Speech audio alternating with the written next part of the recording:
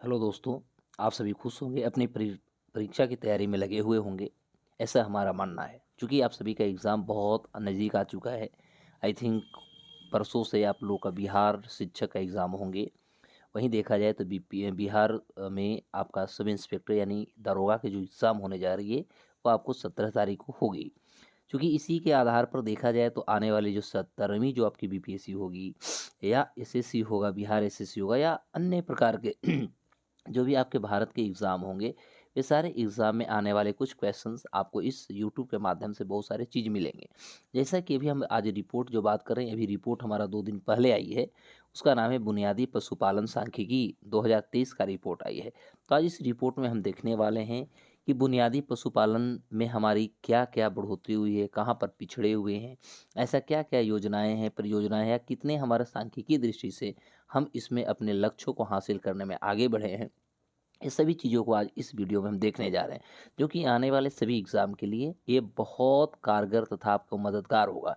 क्योंकि कभी-कभी बीपीएससी में देखा गया है कि आपकी जो क्वेश्चंस होती है, भिन्न-भिन्न जो हमारा क्षेत्र होता है, चाहे पशुपालन विभाग हो, एग्रीकल्चर विभाग हो, उद्योग विभाग हो, सड़क परिवहन विभाग हो, इस तरह के क्षेत्रों से भी कभी कोई डेटाबेस क्वेश्चन पूछे जाते हैं। तो ये सभी को देखते हुए मैं ये आपको रिपोर्ट आपके सामने समक्ष ला रहा हूँ, जिसका नाम है बुनियादी पशुपालन सांख्यिकी रिपोर्ट।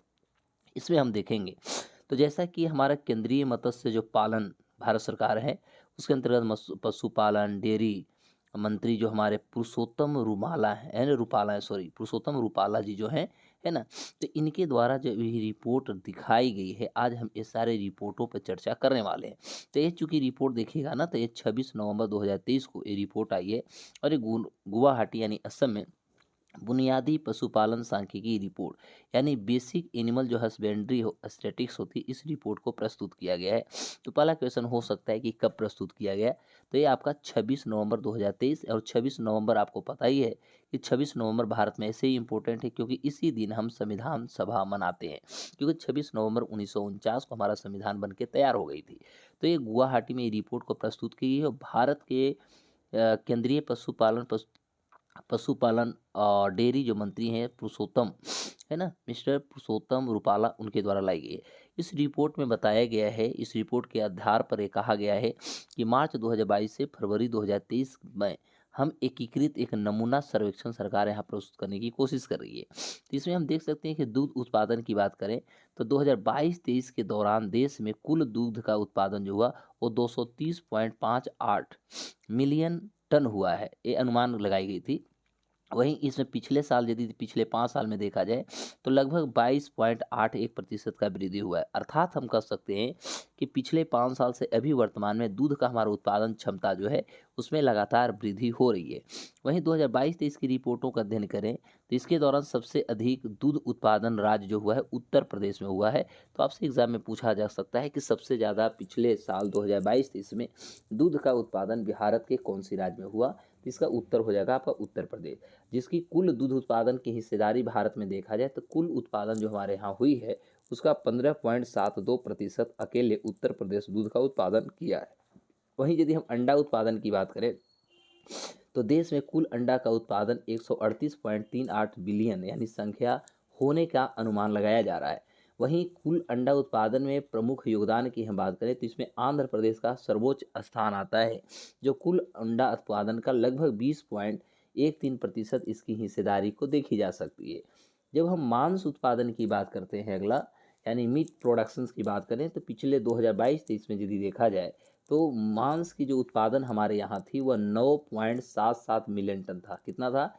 9.77 हमारे पास मिलियन टन मांस का उत्पादन था। तो पिछले 5 साल में देखा जाए तो इसमें भी ग्रोथ देखने को मिला है, वह है 20.39।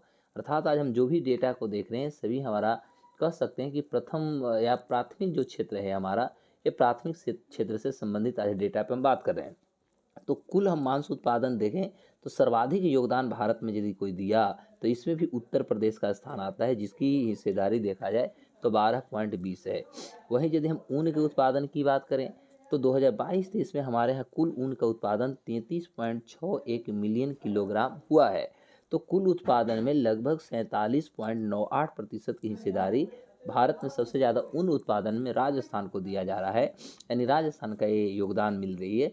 तो वार्षिक वृद्धि दर यदि इसमें देखा जाए तो सबसे अधिक वार्षिक वृद्धि दर की बात करें तो इसमें अरुणाचल प्रदेश का आता है, जिसका हिस्सेदारी कह सकते हैं इसका 35.75% दर्ज की गई है।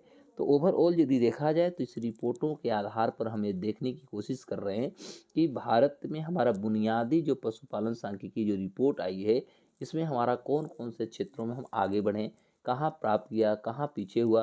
तो ओवरऑल यदि देखा जाए तो ये यदि हम खास तौर पे प्राथमिक क्षेत्रों की बात, चाहे वो दूध का उत्पादन हो, चाहे अंडा का उत्पादन हो, मांस का उत्पादन हो या ऊन की उत्पादन की यदि हम बात करें, तो ये सभी क्षेत्रों में एक सकारात्मक पहल तथा सकारात्मक कदम और सकारात्मक हमारी कह सकते हैं पकड़ भारत को कहीं न कहीं आगे बढ़ी है।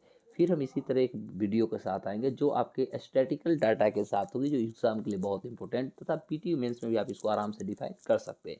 फिर मिलते हैं, तब तक के लिए नमस्कार, जय हिंद।